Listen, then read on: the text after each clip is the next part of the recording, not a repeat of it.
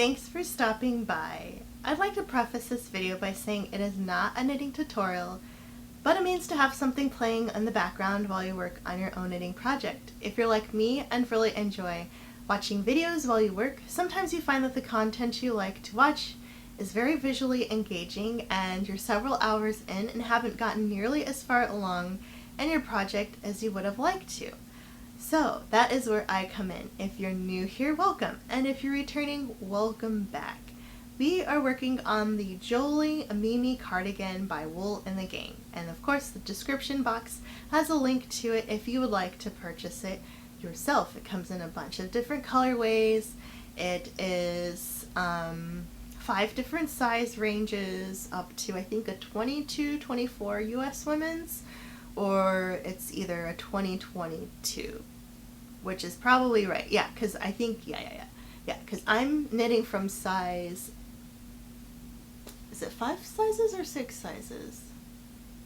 I think it's 6. Yeah, because I think I'm using size 5, which is the 18-20, so I think it's 20-22 is size 6, so something like that. But yeah, description has the link if you want to find out for yourself what size you fit and what kit you want to buy. It does come with the yarn. It's using a cotton yarn.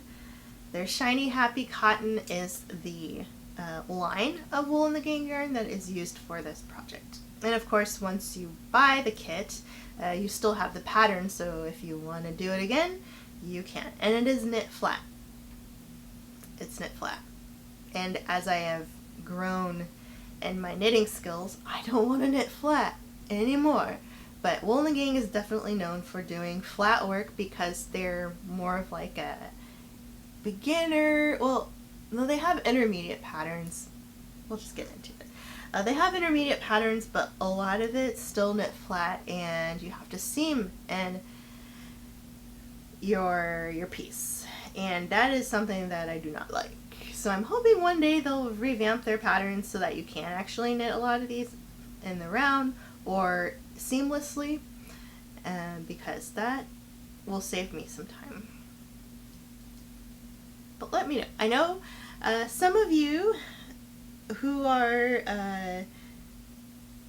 viewers who are here have mentioned already that you like to knit flat and you don't mind seaming, but I cannot stand it. So let me know in the comments. If you're new here and you haven't yet expressed what you prefer, do you like knitting in the round or seamless knitting if you can, or do you prefer to knit in panels like this piece and then seam everything together when you're finished?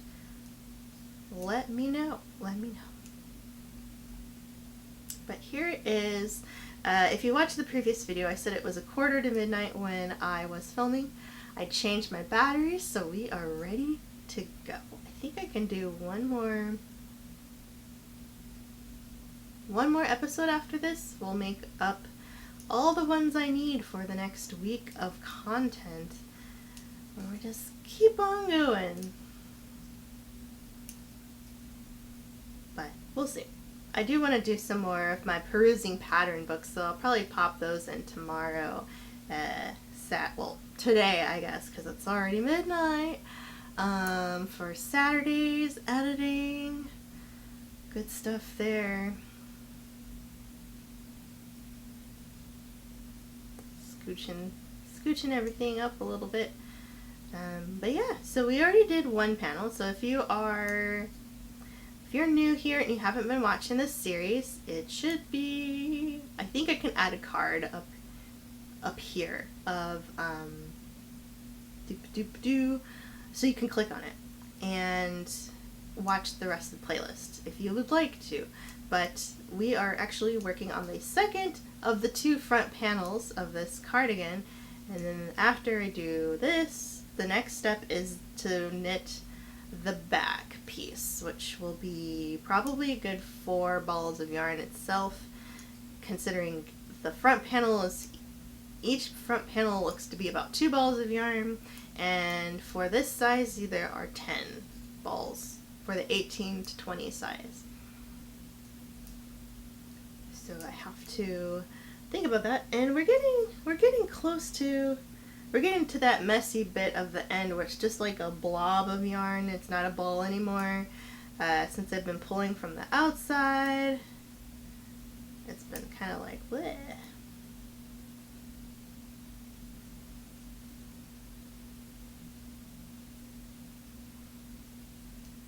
Oopsies. But hopefully we'll be, I think because I've been focusing on working on this with you guys, we're making a lot of progress. It's not like crazy ton, but as long as it matches the length of the first panel, which is a little bit longer than what it should be. It should be 28 inches, but mine I think is like, it's either like 28.5 or 29 inches long. Because I just got in a mode and I'm like, oh yeah, you know, I still have some time. Let me knit a few more rounds. And then I got to the I got to the end and I was like, let me measure this again, see where I am. And I was way past and I was like, oopsie. And here I was so worried or so focused on getting it finished and I knit too much. But because I had extra yarn, I was able just to do that and know that I needed to start a new ball for my next panel.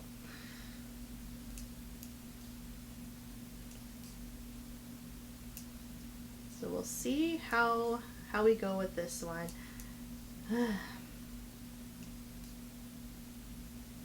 And it looks like I was looking further ahead in the pattern and it looks like after I'm done, so weaving it all together, the front panel has like this lapel part, this little cuff, like collar bit, and it has to be sewn down, which is interesting. So I guess I could use a little bit of this thread or this yarn and just get like a couple of strands so it's not as thick and noticeable, and use that to sew it into place. I'll have to put it on first to see like how it fits, how I want them to lay on, like how far I want them to flap out, I guess. And then I can sew them into place. So just when I thought it was just seaming it together, there's more. I gotta pin down those lapels.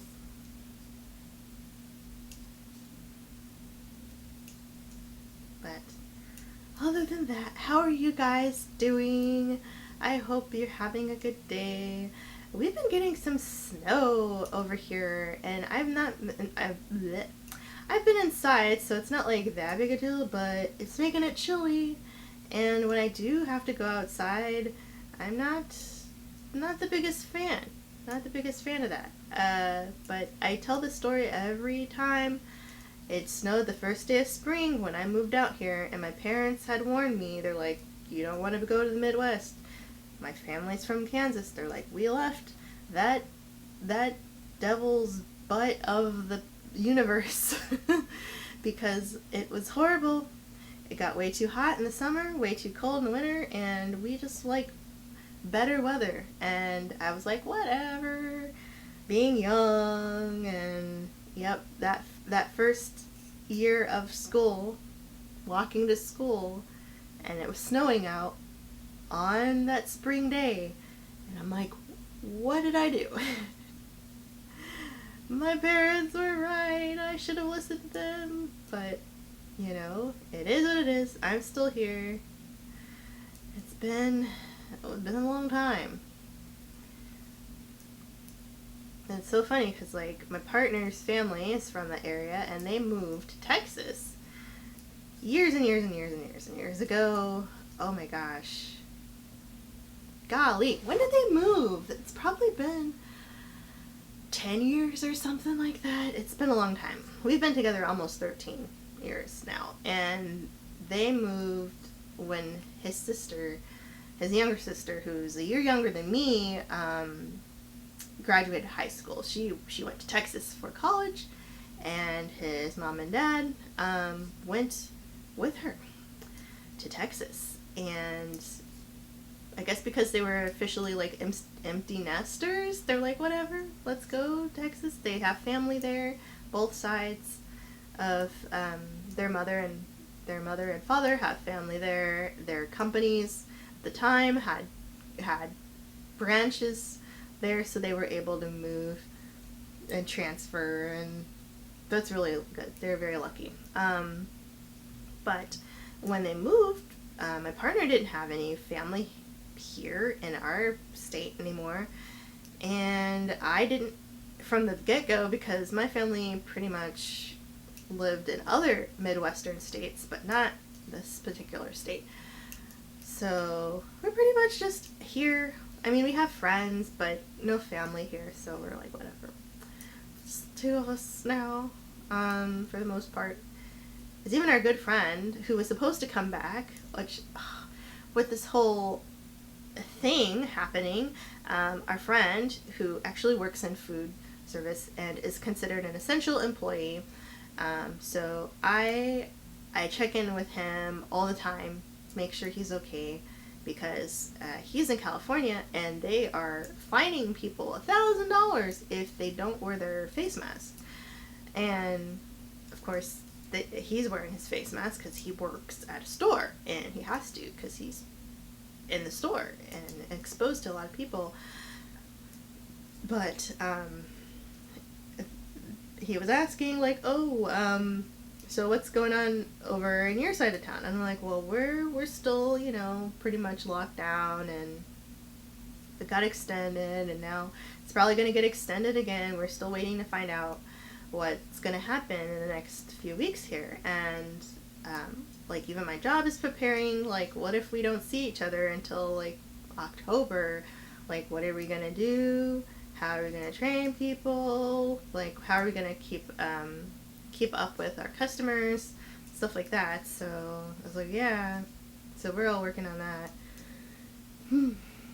But my friend was supposed to move back. They got in a bad car wreck, and so then that got postponed because they figured they would probably have to show up to court because the person who hit them tried to run.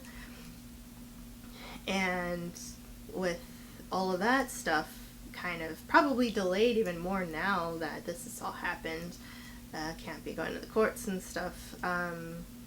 Who knows? I don't even know if that person's still in that state. I mean, they have all the opportunities to leave now if they wanted, I guess, but I mean, leave so that they're not tried with like reckless driving and stuff like that. But my friend was supposed to, stick around for a little bit, at least until the court stuff settled.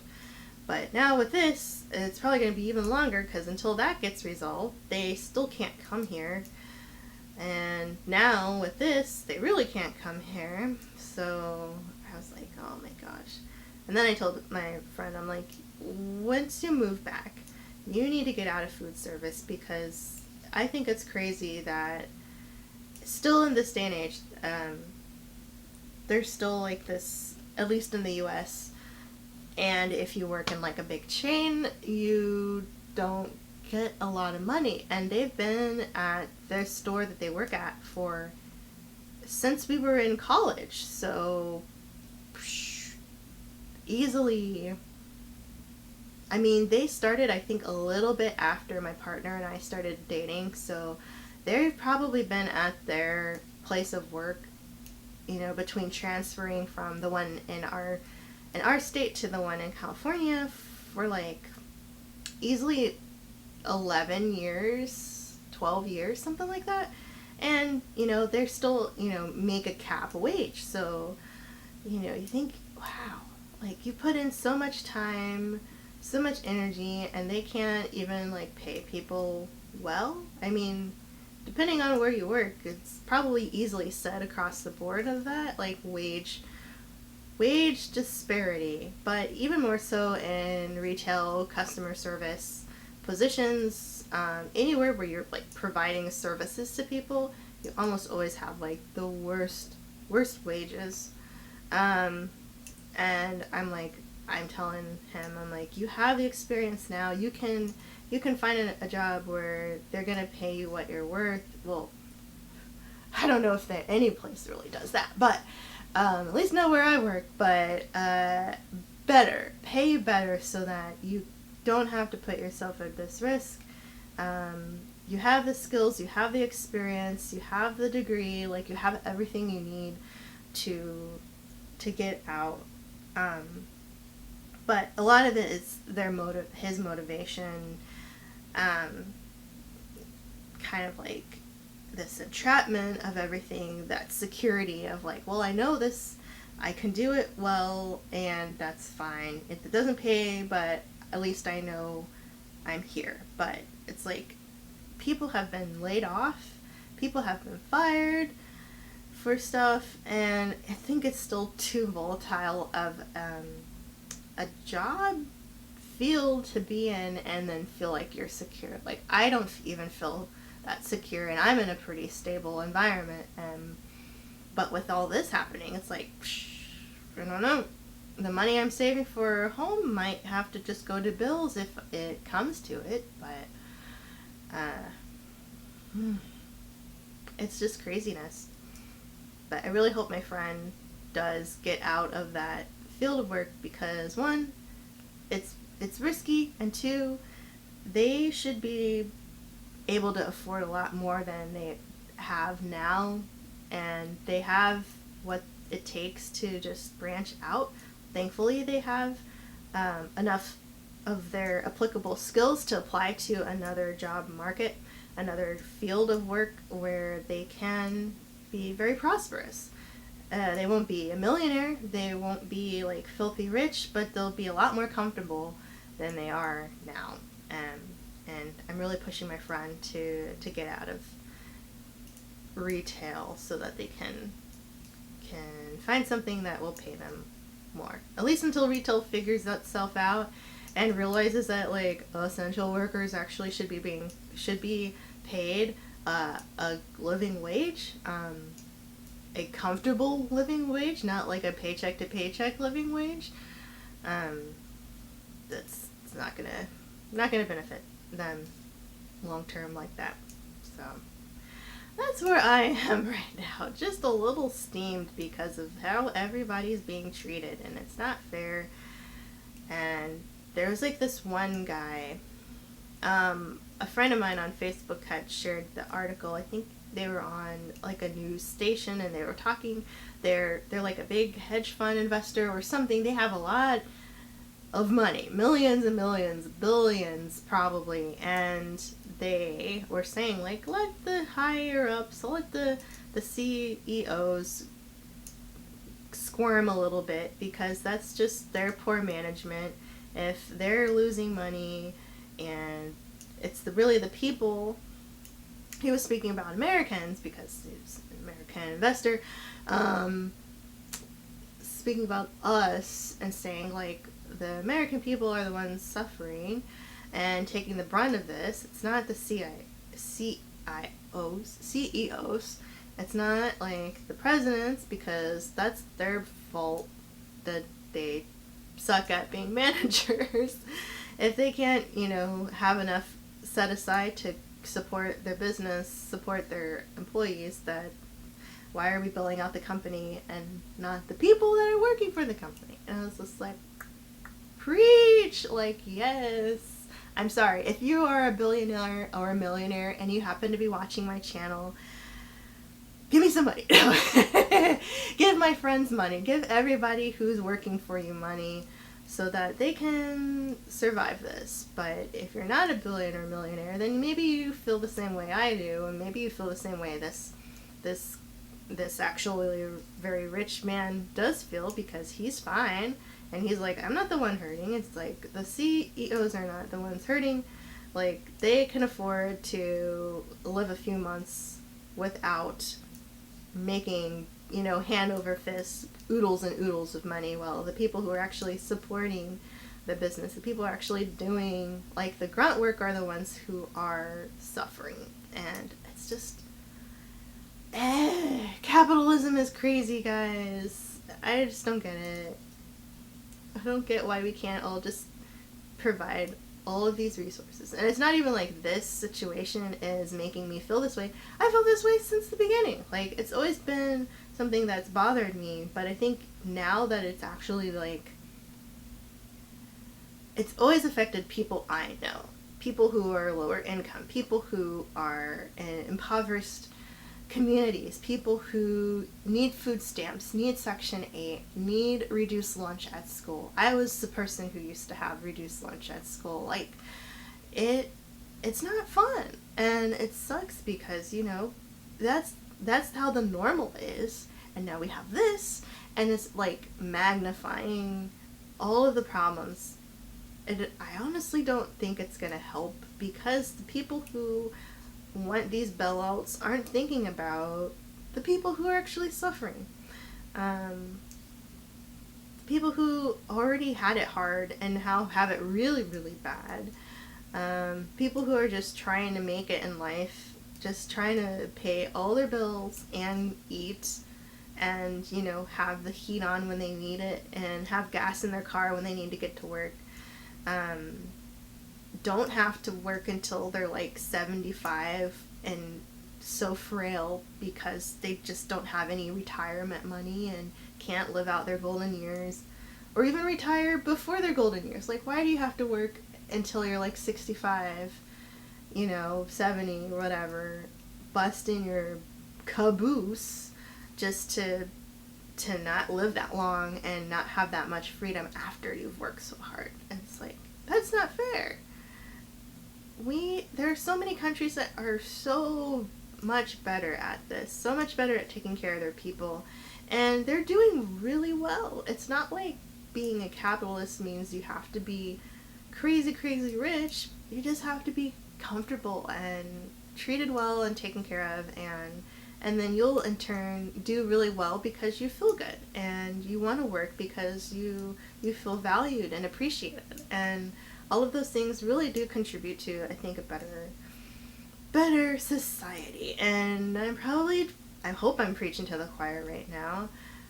And I'm not like thinking like everything is gloom and doom, but at the same time it's like, when are we gonna get it together?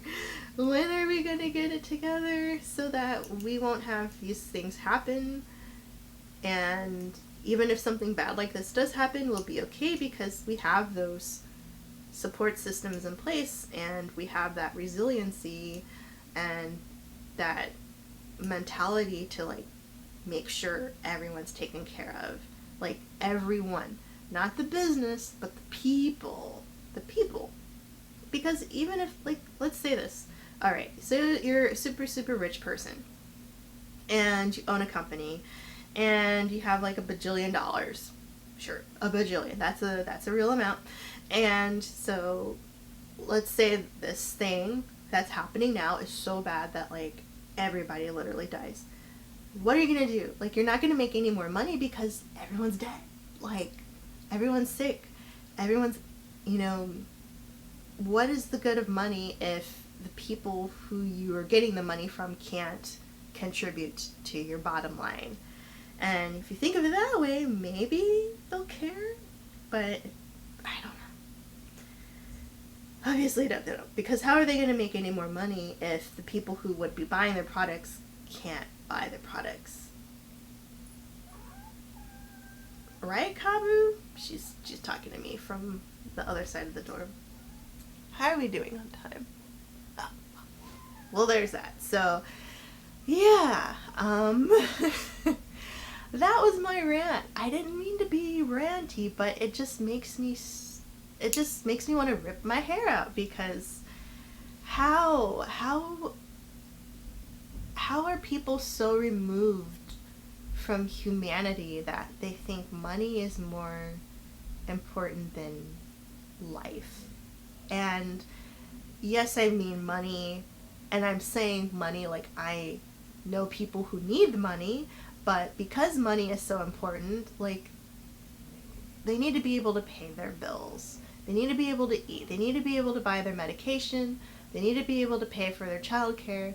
But if we had a society where that wasn't a problem, where nobody had to worry about that, then we wouldn't have to worry about money. And it wouldn't be the focal point, because we're all taking care of each other. And I feel like if those businesses and the people who are running them just thought of it that way, we wouldn't be in this situation right now, because people would still make their money. And even if there are some shops that are closed, there's some that are still open, and you can still go buy your groceries, and you're not laid off because your company has invested enough in you that you are still making your money. And they can be stinking rich, but they can lose a pay cut, and it's not the end of the world. And they can of course make a lot of money, but it's still being distributed across the company, where everyone is still being paid fairly and not struggling. So that's my take on it, for what it's worth. So thanks for listening, and I'll catch you in the next one. Bye.